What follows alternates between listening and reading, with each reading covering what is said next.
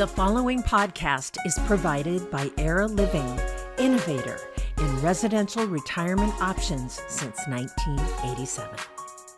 And welcome back, everyone, to Answers for Elders Radio Network. And we're again talking about occupational and social wellness. And Seth first talked in the first segment a little bit about how, what social wellness is and how do residents integrate into senior living, and how life changes can for the better, even can, they have a facilitative process. And I think this is great.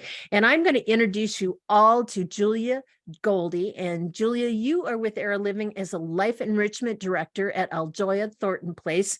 And we have been so honored, Julia, to meet several of your residents in our series. And so welcome to the program. Thank you.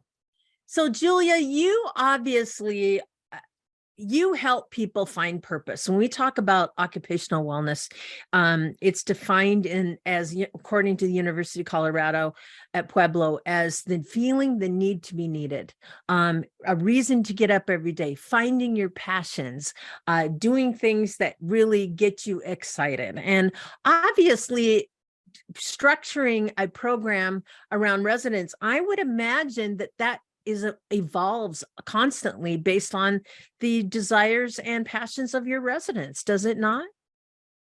Yeah, absolutely. And we actually create the majority of our offerings here at my particular community, which is Aljoya Thornton Place, off of resident recommendations. And that comes from the beginning when I first meet with them, or one of my staff members meets with them, all the way through their time here at Aljoya. And we sit down, we gather what they want to see in the program.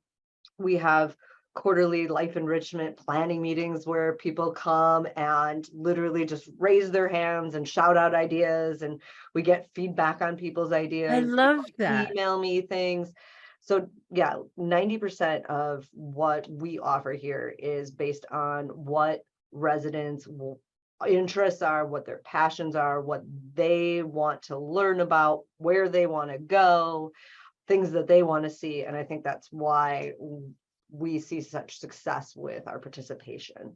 Yeah. And I can totally understand, with this.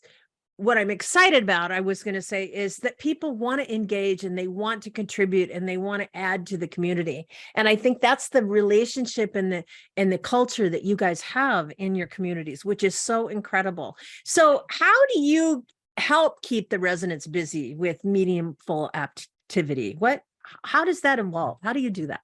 Well, we offer a lot of variation, right? Like, you're never going to see like 3 museum outings in one day, right? You're going to see anywhere from 8 to 12 activities a day. And it's going to be every variation of groups, like sizewise. And you're going to see things that are focused on art.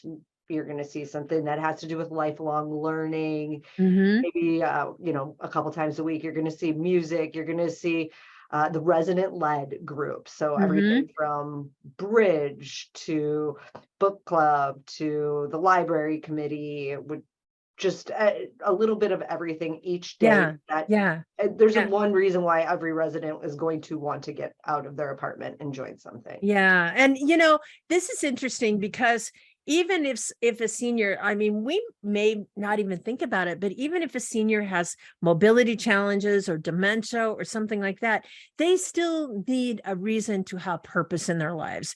And the fact that you're providing that kind of variety, do you find, how do you find that those that have challenges adapt to the activities?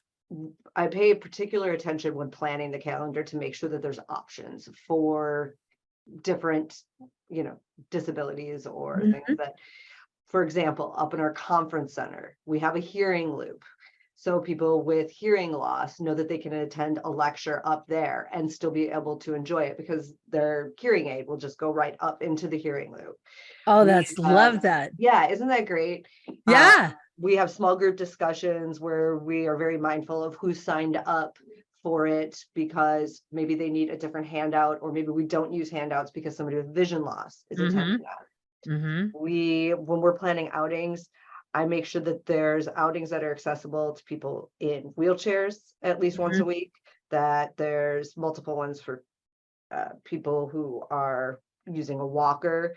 I make a very clear description of what is there going to be a step? Is there going to be uneven terrain? Just making sure that it's very, very accessible to everybody. We do the same with our volunteer opportunities. We make sure we have in-house volunteer options. We have ones where they maybe have to walk around the block. We have ones where they might have to stand, but just giving that large array of options for people of all abilities, right? Yeah.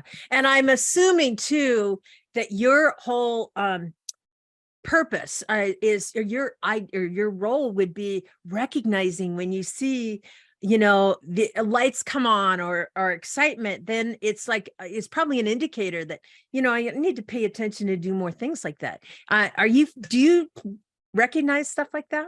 I'm sure you do. Yeah, pay super close attention to it. And like we can tell, right? When we have we get the feedback. Our residents are not shy in saying, yes, we need that lecturer back, or we've had better. They always are nice about it. Oh, we've had better. But once things are really interesting, when we see this like huge response, for example, we have a wonderful lecturer that comes here that talks about music history, and had him as a one-off, but the interest was so huge that now he comes every single month and packs the room. 85 people fit into max capacity just to hear this gentleman speak. Yeah. And I can only imagine too, if you have a new resident that maybe has, you learn about those hobbies or different things like that. I remember my mother used to collect dolls.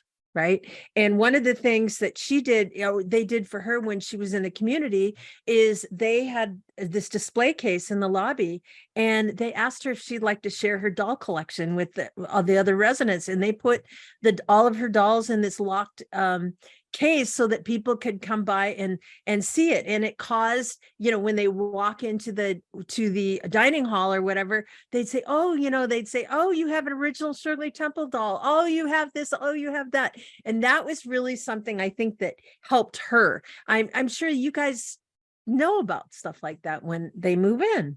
Yeah, when we're asking about their interests, I can't think of a time when I've done an interest assessment and not found like, this is where you need to try this. Most recently, we had a resident move in who likes to sing. We have a wonderful resident run choir that is amazing, that does performances. We have tons of artists here, and we have the whole conference center with different artwork by wonderful artists here. Some of the art's created within the community, some of they're in their private. So well, and we're going to talk a lot more about this the rest of this hour. And in the meantime, for those of you, if you're in the greater Puget Sound area in King County, primarily Era Living has 8 communities, and you can reach them at eraliving.com. And Julia and Seth will be right back right after this.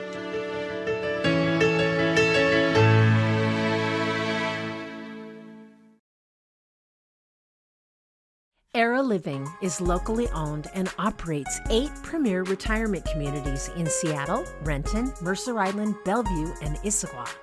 From vibrant, independent living to compassionate assisted living to secure memory care, Era Living respects and honors older adults by enhancing the quality of their lives. Learn more at eraliving.com.